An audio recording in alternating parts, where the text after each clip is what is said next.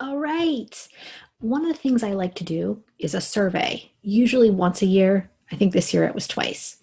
I got back all the results of the community survey, and I had promised that I would answer some of the questions because the very last, I think it was number 8 or number 9, was Ask Me Anything. And I forget how many responses, but I'm going to do some of them. I'm going to answer them on camera. Okay, let me switch screens here so I can see. Here we go. All right. I have 14 questions. I don't know if they're all conducive to answering on here, but we're going to see. What was your favorite thing to do when you were 10 years old? So when I was 10, well, when I was 10, I would have been what? Is that fifth grade or sixth grade? I don't know. I don't know.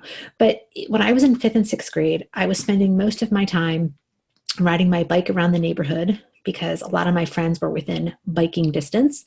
So I rode my bike around the neighborhood a lot. I spent a lot of time with my friends having, sleepovers at their houses or at my house. I think it's funny that 10 was about the age when I started to sort of struggle a little bit in school, not too badly, but I think it was when middle school started was when they sort of expect more from you. You have a locker and you have to track your schedule. So my guess is that right around the age of 10 would have been a really, really interesting point actually to know me. That's a good question. That's a good question for my mom. What was Liz like at 10? I'm going to say Liz just wanted to spend time with her friends. How do you come up with such positive energy? Well, I'm glad you think I have such positive energy. That's one of my goals, is to sort of radiate positivity and show people what's possible. I don't wake up feeling positive. That's one of the things about me that people probably don't know is I'm not a morning person. In fact, I'm very grouchy and I have to fully caffeinate and take my Concerta, and then I feel much more positive. So it's an everyday thing, and I'm not like this every day. I'm going to say most days, but not every day. There's no special trick to it. I rest when I need to rest. I manage my mind and my emotions as much as I can. I take my medication and I exercise. That's about it for staying positive. But thank you for thinking that I have positive energy. What is your weakness? One thing that you can never say no to? Well, it depends. Like if you're talking about food, I like chocolate, usually dark chocolate. Um, what are the other things I can't say no to? Well, I really have a hard time. I have a history of people pleasing. So sometimes people will ask me to do something, like help by picking up the kids or whatever. And I will say that I have trouble saying the no, using my no when I need to, because again, I'm a terrible people pleaser in recovery. So that's definitely a weakness of mine. What do you do when you have downtime? Color, walk, social media, or other? Um, I consider social media kind of part of my job. So that's not downtime much for me anymore. But when I have real downtime, like usually Saturday and Sunday, or I try to make that a downtime, I almost always walk my dog. I like to do it alone, but sometimes the hubs comes along. I walk my dog. I work out at the gym or run. Um, this is a funny thing about me. I run, but I only run indoors, like on a treadmill. A lot of real runners would say, I can't run on a treadmill. I don't like bugs and hot, summer weather and that kind of thing. So when I run on a treadmill. The other thing I like to do when when I just have like some time to myself is read. I read and I watch trash TV. I do. I watch Real Housewives and stuff like that when I have the time. So that's what I do when I have downtime. What is your third favorite color? Um, well, I would say my favorite color of all things is probably black. I love black. I didn't paint this room black, but I love black. So second would probably be black. Um, what would my favorite color be? Black, maybe like blue. I do like blue. My third favorite color, I think, might be purple. Yeah, that sounds like a good answer. Um, this one says, this is a good one. You seem unsure if your product I don't have a product is good enough. What do you need to feel more confident? Well, honestly, I don't have a product. I do have a community, but I do feel much more confident than I did a couple months ago. Because this is going to sound crazy, but one day I woke up and was like, Liz, you're actually good at what you do. You're good at having conversations with people.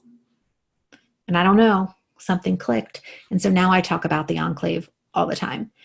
And I'm really actually proud of that change in me. So I do feel more confident. I don't know if I seem more confident, but I feel more confident. Do you feel different or weird because you have ADHD?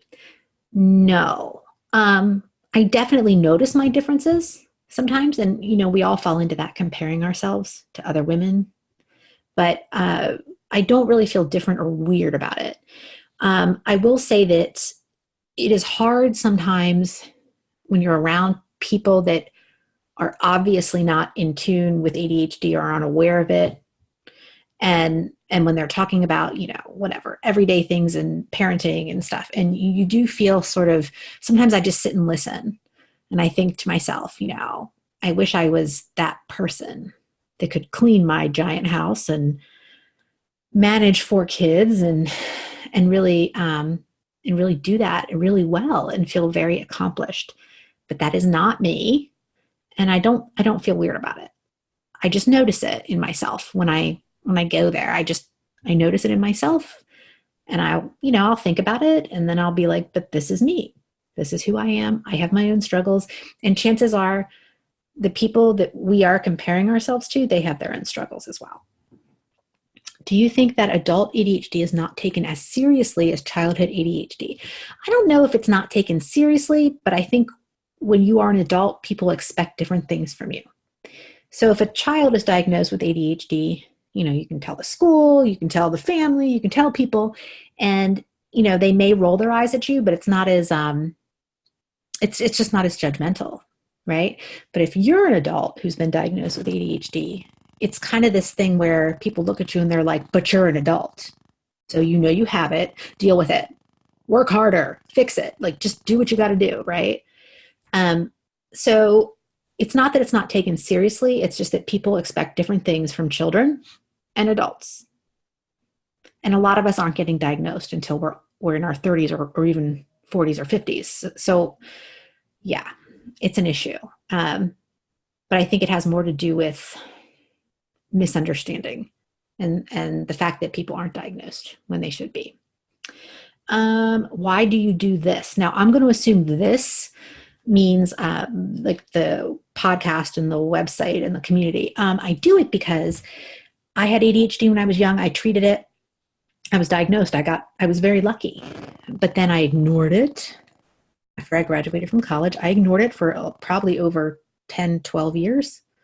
And when I finally, got to a place where I was ready to start acknowledging it again, and I went out looking for other women like me, I was perpetually disappointed. I joined like 5 different Facebook groups, and I was like, every time I joined a different one, I thought it would be different. And every single time it was like, you go in and maybe you do have a legit question and you never really get an answer to your question. And then I watched it happen to other people and I kept switching groups. And I just kept thinking, there's got to be a better way to do this. There's got to be a better way to bring people together and, talk about real information, not spread misinformation, talk about the facts and keep it positive and learn from each other and coach each other. And I just, as crazy as it sounds, I just remember thinking, somebody's got to do this better and I can do it. And that's why I did it. No. Do you have a podcast? I do. I do have a podcast. Maybe I'm not doing a good job of talking enough about the podcast. One of my plans right now is to take the website content from A Dose of Healthy Distraction and take the C and ADHD content and move it under one umbrella. Maybe I'll take a vote on what I should call it. I'll either call it C and ADHD by itself. Maybe I'll use my name, Liz Lewis. Maybe I'll use Healthy ADHD, since I do that on social media a lot. But yes, I have a podcast. Obviously, I need to talk about it more. This is a good one. Have you done any retreats that you like? Now, retreats that I like going to the conference every year, but I don't know that that's really a retreat. Um, I have not done any retreats. That sounds like so much fun. And if somebody's down for planning a retreat with me, I will do that. That sounds like so much fun. What is my favorite color? Well, I think my number one, like I said, is black. Let's see. What do you, wait. Oh, what is your ultimate goal? I guess in life or um I don't know. If we're talking about um in life, I want to be like the best version of myself. You know, I've always known that I could do something. I've always known that I could lead a community or that I wasn't using all of my gifts and talents. I just didn't know how to get them out. And I didn't know how to ask the world for what I wanted. And I didn't know really how to use my skills. And so my goal, I guess, for life is to start using my skills more and stop hiding, you know, behind the computer screen all the time. I also want to become the best mom that I can be, which is why I treat the ADHD, right? That's a big life goal for me. I only have one child, and I did that intentionally. I should make a podcast episode about why I have one child. And so that's important. And I want my relationship with my husband to stay as good as it is. I want to have great relationships. I want to be a great mom. And I want to like fulfill my destiny, whatever that turns out to be. And it's shaping up and I'm feeling more confident every day. And it's really exciting. That was a good question. Whoever asked me that question, that was really good. Thanks for asking it. Did I get all the ones? Oh, this one just says, I don't know. So that's not a question. Anyway, I hope I answered your questions. As you can tell, I don't edit videos because I don't know how, but it's fun making them once in a while. I don't know where I'll upload this. I'll upload it somewhere and I'll give you the link. Have a great day. Thank you for being part of this community. Thank you for being curious about me and making me think with these questions. The Enclave is always open to you. I don't run launches. I don't launch 4 times a year. I don't sell coaching. We are just there. It's just a soft place to land, to come and have conversation and learn and grow and, well, laugh a lot too. Have a wonderful day.